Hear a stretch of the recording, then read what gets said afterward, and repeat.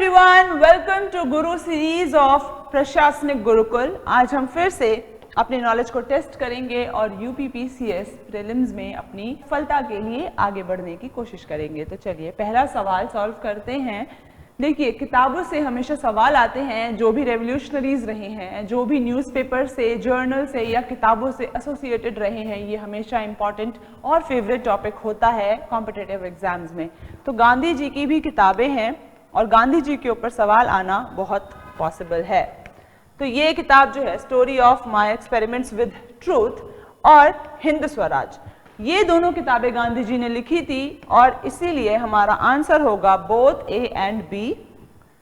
अगला सवाल है हमारा, अक्टूबर 2022 में united nation educational, scientific and cultural organisation, जिसको शॉर्ट फॉर्म में यूनेस्को बोलते हैं, उसने एक लिस्ट जारी की है जिसमें 50 आउटस्टैंडिंग इंडियन कल्चरल टेक्सटाइल का नाम दिया गया है। इंडिया के पास बहुत हिस्ट्री है, इसका कल्चर जो है, इसकी आर्ट जो है बहुत सिग्निफिकेंट है और यहाँ पे इसी को नामांकन दिया गया है। तो हमें बताना है कि जो 50 आउटस्टैंडिंग इंडियन कल्चरल टेक्सटाइल है, इन चारों में से कौन उस लिस्ट में नहीं है। बहुत इंपॉर्टेंट है। तो खेस टेक्सटाइल है जो पानीपत का है, चंबा रुमाल्स ये हिमाचल प्रदेश का है, अवध जामदानी जो है ये वाराणसी की है। ये तीनों टेक्सटाइल हैं।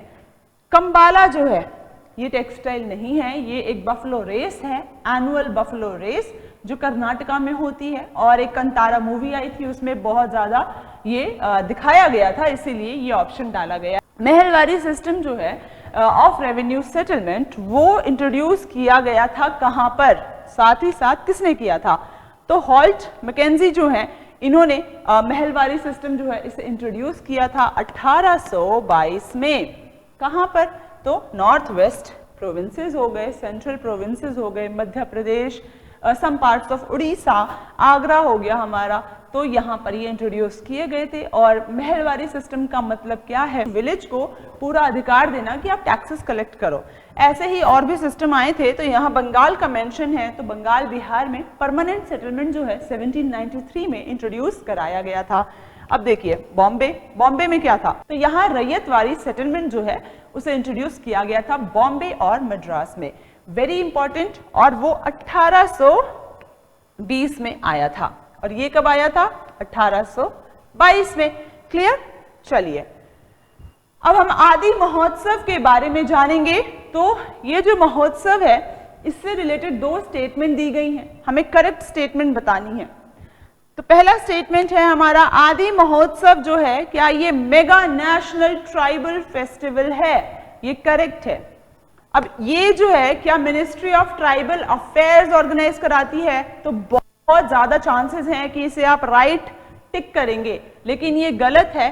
ट्राइफेड जो है ये इसे ऑर्गेनाइज कराती है। फुल फॉर्म क्या हुआ? Tribal cooperative marketing federation of India. ये जो है ये इसे ऑर्गेनाइज कराती है। तो हमारा आंसर होगा 1 और प्रधानमंत्री जी ने इसे अटेंड भी किया था। अगला सवाल है, काशी तमिल संगमम, ये एक इवेंट ऑर्गेनाइज कराया गया है, प्रोग्राम।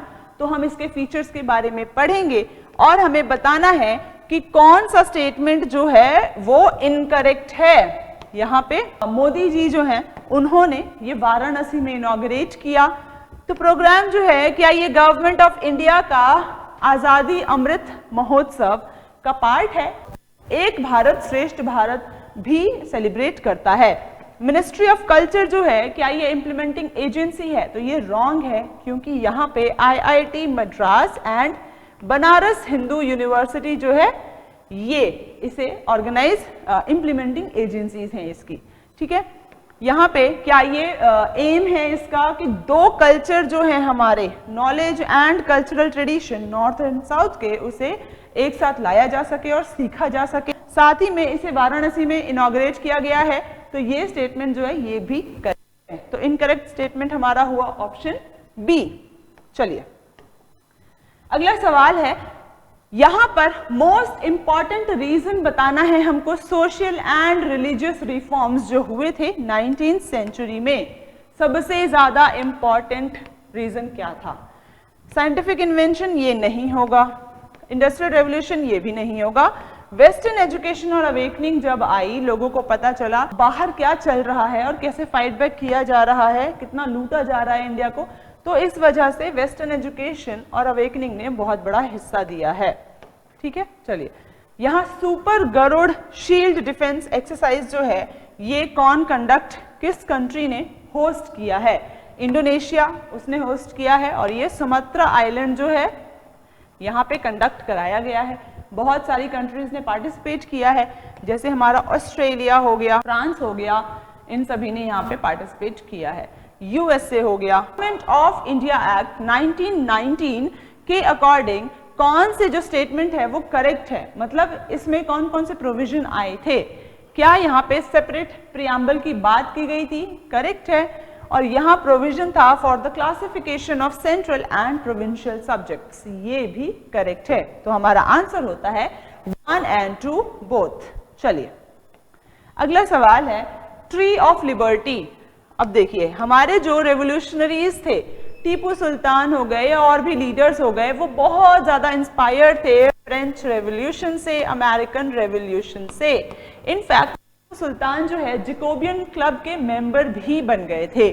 तो ट्री ऑफ लिबर्टी श्रीरंगपट्टनम जो इनका कैपिटल होता था वहां पे लगाया गया था और टीपू सुल्तान ने लगाया था। Very important.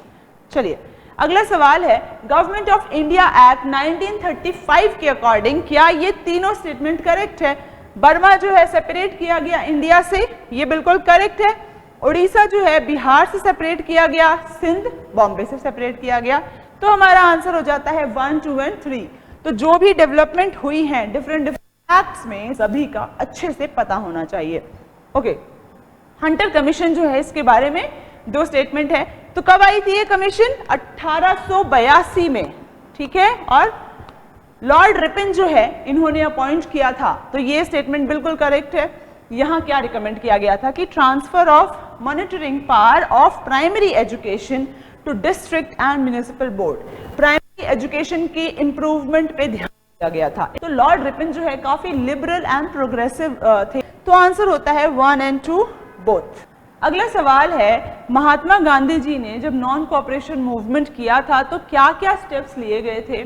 Okay, surrender of title and honours bestowed by the British, ये करेक्ट है, करा गया था सरेंडर। साथ ही साथ रेजिग्नेशन भी किया गया था गवर्नमेंट ऑफिसेस से और गवर्नमेंट अफिलिएटेड स्कूल और कॉलेज से बाहर आए थे बच्चे। बेसिकली सरकार के साथ कोऑपरेट नहीं करना है, नॉन कोऑपरेशन, और ये 1920 में आया था मूवमेंट। तो हमारा आंसर होता है 1, 2 and 3, तीनों स्टेटमेंट करेक्ट है। Vertical launch short range surface to air missile, इसके बारे में पढ़ते हैं क्योंकि न्यूज आई है इंडिया ने सक्सेसफुली फ्लाइट टेस्ट कर लिया है इस मिसाइल का।